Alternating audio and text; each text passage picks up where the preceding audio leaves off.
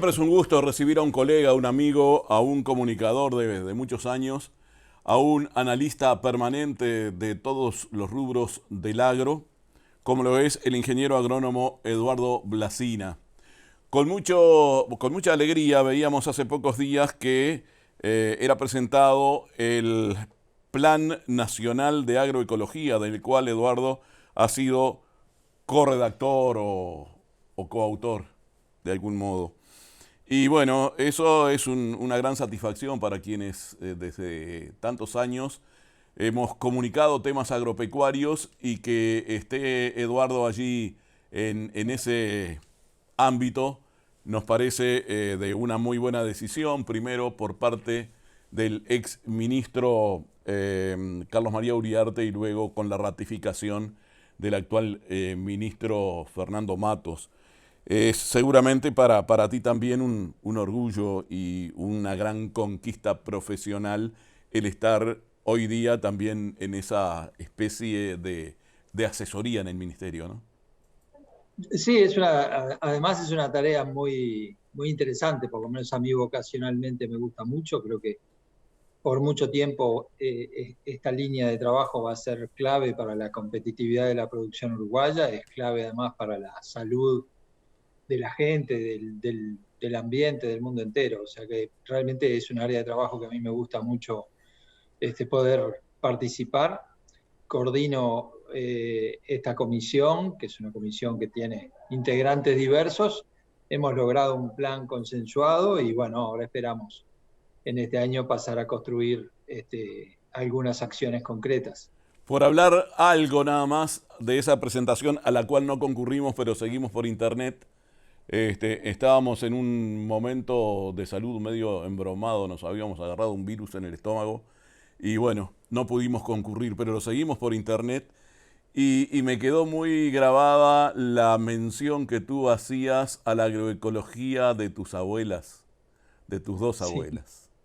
Y sí, vaya, mis dos me abuelas. hiciste acordar a mi abuelo que también tenía su quinta en la casa y que juntaba las cáscaras, la hierba y las cáscaras de huevo para mejorar las virtudes de aquella tierra que daba vuelta cada poco, pero que la cuidaba. Sí, creo que la agroecología tiene mucho del rescate del saber de las generaciones anteriores. Por supuesto que hay que unir eso con ciencia, con innovación, con investigación, y ahí está INIA apoyando, pero sí, a mí me marcaron mucho mis dos abuelas, la verdad, y era bueno, muy disfrutable poder ir y recorrer una quinta y mirar a las gallinas y en fin, creo que formó parte de mi vocación también de chico, y bueno, me enseñaron mucho ellas, así que la verdad es que al presentarme vinieron mucho a la memoria.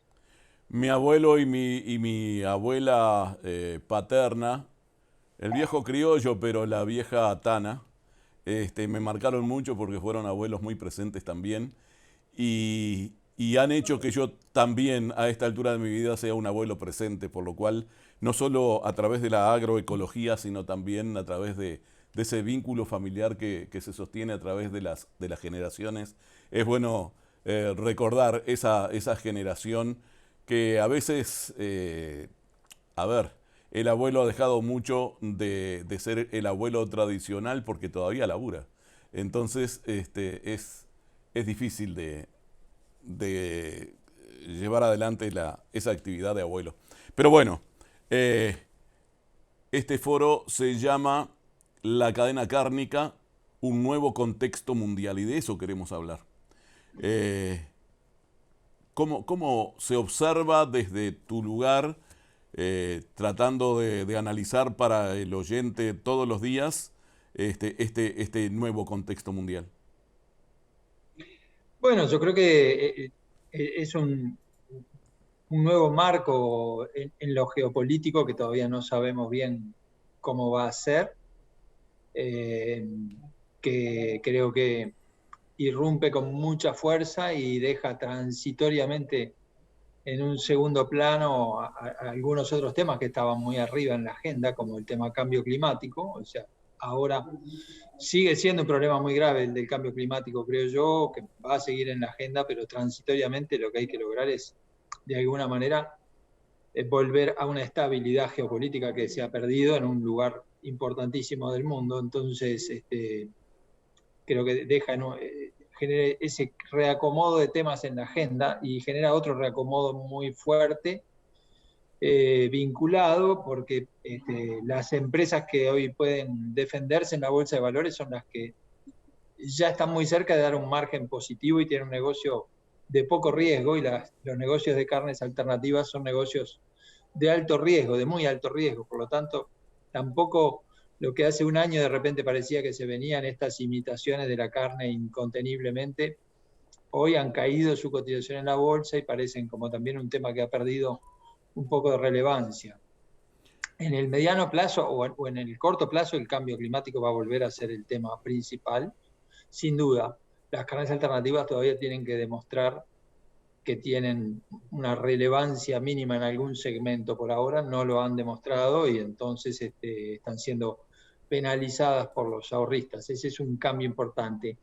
En lo directamente vinculado con la carne uruguaya, yo creo que tal vez el riesgo que surge no es tanto el del conflicto en sí, sino el de la economía de China, que, bueno, es nuestro cliente casi exclusivo en este momento. Nunca tuvo la carne uruguaya una concentración en sus ventas tan fuerte en un solo mercado. Y, bueno, China arrastra problemas económicos y arrastra una situación de COVID que es bastante impredecible. Da la impresión que la están controlando.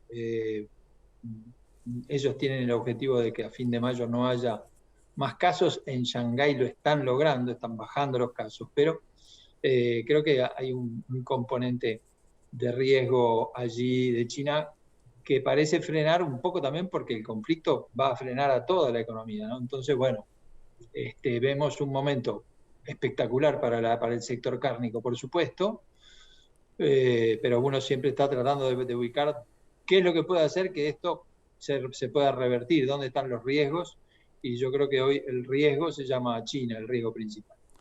Escuché atentamente una presentación tuya en Expoactiva, que hablabas de los commodities en general, pero entre ellos la carne. Es muy peligroso, obviamente, ser chino o China dependientes, evidentemente, porque si cae la economía china, vamos abrazados a la bandera de China y bueno, el resto de los mercados pueden o no defendernos como nos defiende China. De cualquier modo, me quedó muy grabada una frase que tú dijiste allá en la Expoactiva acerca de los granos, pero también acerca de la carne. Del nivel que hoy tienen bajarán, pero seguramente no bajarán a los niveles de la prepandemia, por ejemplo. ¿Es así? Sí, yo creo que va a pasar mucho tiempo antes de que veamos los precios que había eh, previo a la pandemia. Yo creo que estamos en una situación estructural para las materias primas. Se hace cada vez más difícil aumentar la producción y la demanda sigue creciendo en términos generales, eh, porque aumenta la cantidad de población, 80 millones de personas por año. A fin de este año llegamos a 8.000 millones, y porque el ingreso en Asia aumenta. Entonces hay un aumento en el consumo por habitante de carne, que muchas veces es producida a grano, y entonces cada kilo de carne adicional depende de la carne que sea, pero son varios kilos de grano. Y por otro lado, el mundo precisa liberarse de las energías fósiles, usa mucho etanol, usa mucho biodiesel, y bueno, a eso se agrega el factor bélico, pero esto, como tú bien señalás, lo decíamos antes de la guerra, eh, eh, y bueno, creemos que es así, que estamos en un periodo estructural de materias primas con precios altos, en particular granos y carne, y en particular la carne vacuna uruguaya, que ha logrado una diferenciación que también pesa por lo menos en la toma de decisiones de los chinos, que han tenido carne de cerdo muy barata en el comienzo de este año y sin embargo no volvieron a la carne de cerdo. Eso me parece que es una señal muy importante, porque así como China es el riesgo, si China logra mantener una economía estable, bueno, da la impresión que la ganadería uruguaya se ha adentrado en una época nueva, tremendamente promisoria para todos quienes están en ese rubro. Más allá del buen poder adquisitivo de China, ¿cuánto ha influido ese cambio paulatino que ha habido en la cultura gastronómica de los chinos? ¿Y cuánto ha tenido que ver también la calidad de la carne uruguaya para convencerlos en definitiva que ese producto que en definitiva es caro puede sustituir aquellas tradiciones? Bueno, yo creo que ha sido clave, ¿no? El hecho de que la carne prácticamente no existía como la carne vacuna como un producto alimenticio. Los chinos asociaban la carne a los vacunos al transporte, porque eran bueyes que trasladaban carros, digamos. En el siglo XX era casi como para nosotros carne de caballo, digamos, una rareza, más vinculada al transporte que a la alimentación. Y bueno, el hecho de que ha ido pasando de eso a entrar ocasionalmente en un cumpleaños, en una festividad, a entrar regularmente, es un cambio estructural. Creo que por otro lado, la carne uruguaya ha evolucionado mucho, pero vale la pena recordar que igual China consume mucha carne en forma de guisado, por lo tanto, China tiene sí cortes que se consumen tipo gourmet para la hotelería, para restaurantes, pero tiene mucha carne que se consume de una manera distinta, bueno, más parecida a un guiso que a un churrasco, digamos. Entonces, China también es cierto que demanda todo, lo que es de muchísima calidad, pero también lo que era antes una vaca manufactura que capaz que tenía un precio ruinoso y que hoy, para un productor lechero, por ejemplo, una vaca de descarte pasa a ser una fuente interesantísima de ingreso cuando antes era una fuente muy menor. Entonces, China tiene también esa capacidad de absorber toda la oferta, que la hace también un mercado único, no solamente por volumen, sino por la variedad de los productos que le interesa comprar. Desde tu observación, ¿cuánto ha influido en la reducción de producción y colocación de carnes de Oceanía en China para que Uruguay ocupe cada vez más ese mercado? Yo creo que influye mucho. De nuevo aparece acá la geopolítica, ¿no? China quiere tener cada vez más influencia en el Pacífico y su objetivo de largo plazo es reunificar a Taiwán, algo que en Taiwán nadie quiere, pero por una cuestión de tamaños relativos, bueno, China quiere hacer valer su peso político. Australia ha sido muy opuesta a esto y muy cuestionadora de distintos eh, aspectos de los derechos humanos en China, eh, principalmente con la minoría musulmana del oeste, los uigures, y China busca sancionar a Australia y ganar peso político en América del Sur, claramente. O sea que ese es un factor, pero es un factor que no va a terminar en el corto plazo, porque Australia como país democrático occidental de un tamaño importante no va a ceder, me parece a mí, en su posicionamiento, ni China va a ceder en el suyo, o sea que ahí estamos como en otro factor donde esta nueva guerra fría que nos toca vivir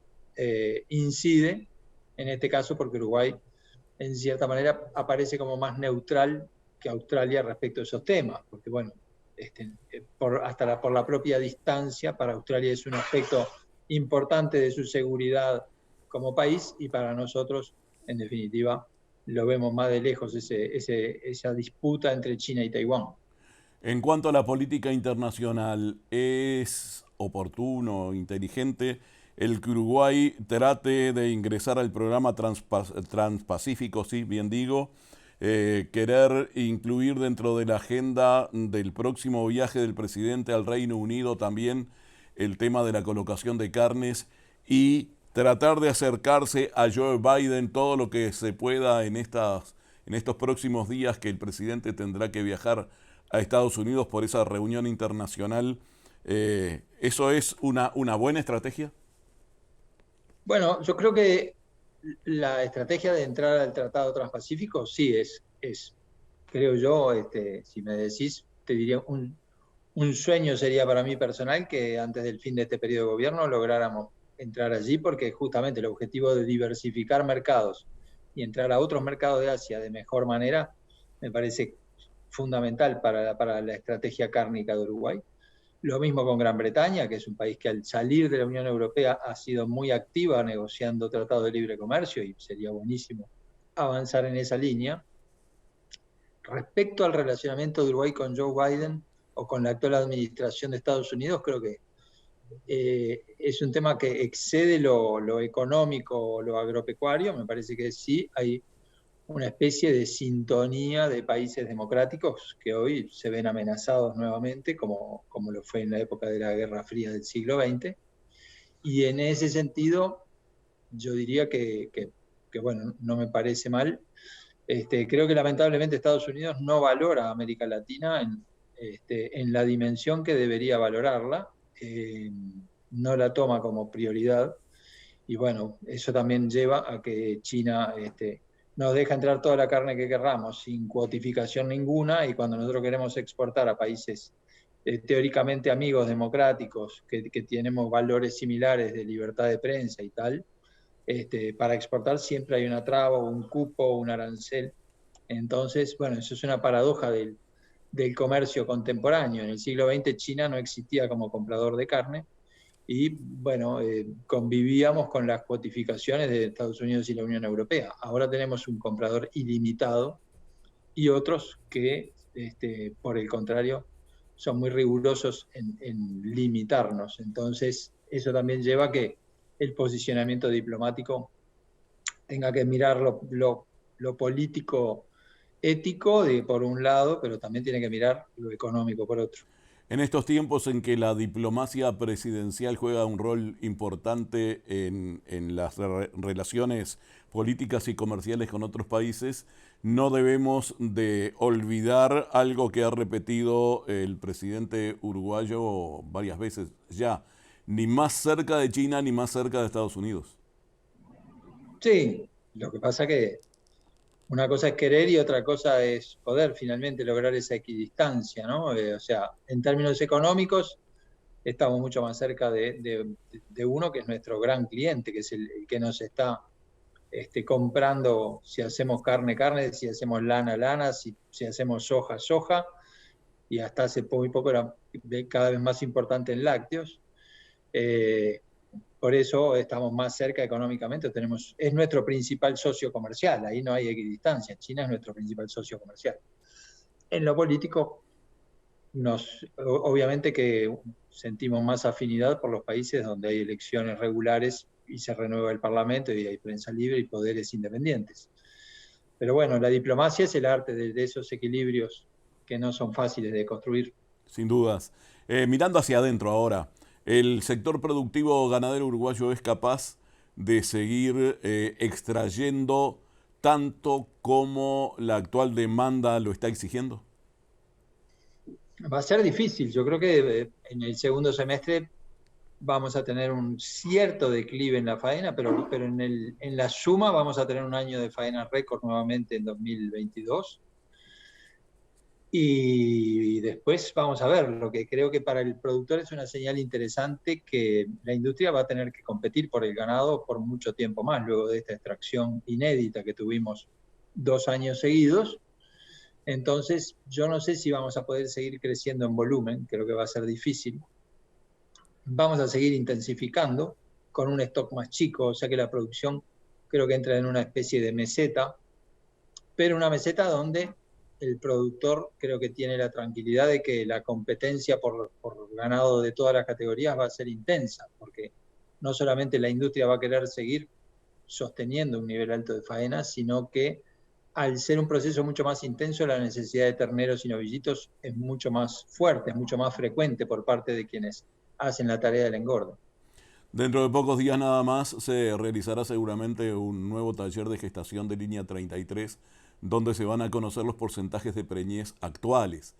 Va a ser difícil que no haya impactado la sequía histórica del verano pasado, sobre todo diciembre y parte de enero, sin que haya afectado a las vacas de cría. No obstante, hay buen optimismo y hay algunos datos que estarían diciendo que vamos a tener sorpresas favorables. Y bueno, yo creo que es un año en el que la ganadería recibió señales como para invertir de una manera muy claras, muy contundentes, y que los ganaderos de a poco se van dando cuenta que esto no es algo de corto plazo, que no, puede ser que los precios no se sostengan en los niveles de abril y la primera quincena de mayo, pero que hay una señal clara para producir más. Así que yo creo que podemos llegar a tener la alegría de que suba un poco, aunque sea la tasa de preñez en un año muy difícil, que es para mucha gente el segundo año consecutivo y para mucha gente probablemente el tercer año consecutivo de lluvias por debajo de lo normal en el momento crítico de primavera-verano. Así que todos creo que estamos esperando con mucha ansiedad el resultado de ese trabajo tan admirable que hace Graciela Quintanzi y su equipo. Como frutilla de la torta he dejado para hacerte una pregunta un poco compleja, seguramente. Pero tú eres un comunicador que siempre ha arriesgado datos y proyecciones. Y me gusta que sea así. Por algo te sigo. Eh, Decías, vuelvo a mencionar tu participación en las exposiciones de Expoactiva Nacional. Estamos en un nivel histórico del precio del novillo. Supongamos que China empieza a bajar los precios y que el mercado empieza a revertirse. ¿Hasta cuánto podría bajar el precio del novillo? No, obvio que lo primero que uno tiene que decir es que es imposible saberlo y que uno Claro. no quiere aventurar fácilmente un número. Pero como tú decís, a mí me gusta pensar, reflexionar sobre cuál es el escenario que yo imagino para luego justamente cotejar con la realidad si mi visión estaba cerca. Yo diría que nunca va a haber un precio este año que el productor diga que es un mal precio. Eso es lo que me parece muy importante. Capaz que el piso es 5.10, capaz que es 5, capaz que es 4.80. Yo me gustaría apostar a que no perfore el 5 en este año por la escasez que va a haber en el segundo semestre y porque China es una economía demasiado grande, como dicen los sajones, demasiado grande para caer, too big to fall, ¿no? Entonces, creo que tiene problemas, pero que no va a entrar en una situación de colapso. O sea, es un escenario que uno lo tiene que mirar, tiene que seguir los indicadores para ver si gana en probabilidad, pero no me parece el escenario más probable. De modo que creo que hay una chance de que el piso siga empezando con 5 por todo lo que queda del año, pero si no es así, fuera 4.80, 4.70, creo que igual las decisiones de cuidar los rodeos lo más posible, de prestarle atención a todos los detalles, todas van a ser premiadas en cualquier escenario, por lo menos lo que uno ve 2022, primer semestre de 2023. Gracias por tu participación en este foro sobre cadena cárnica. En pocas semanas nada más vamos a esperar que se termine la trilla de la soja, que se levanten en definitiva los maíces que todavía quedan, que se implante el trigo, la colza y la cebada.